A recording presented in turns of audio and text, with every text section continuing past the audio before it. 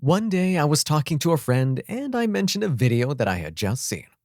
The video showed a bunch of cute baby chickens being dropped into a giant blender and getting ground up alive. Earlier that day, I had learned that this is standard practice.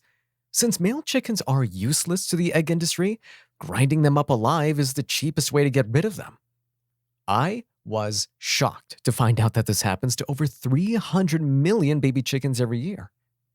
As you might expect, these disturbing practices have caused many people to stop supporting the egg industry. But then I learned that there's a special kind of privileged and entitled person who is afraid of change, especially when it comes to their food habits. For example, this friend I was talking to was a big lover of eggs. And instead of expressing a natural response of horror like most people would, his knee-jerk reaction was to look for ways to defend his love for eating eggs. In addition, he looked for ways to rationalize and defend the egg industry. On top of that, he even seemed offended by the notion that they were doing anything wrong. This tone-deaf response really piqued my curiosity. It really made me curious about what makes some people so weak-minded that it's difficult for them to make simple, easy changes for the common good. It was then that I decided to learn everything I could about the psychology of meatflakes. I really wanted to know what made them tick. I've always been fascinated by psychology. We all have unconscious biases that affect the way we think. Learning to recognize these biases and other common fallacies can help us make better decisions in life. It was fun going back to the psychology books I had read over the years.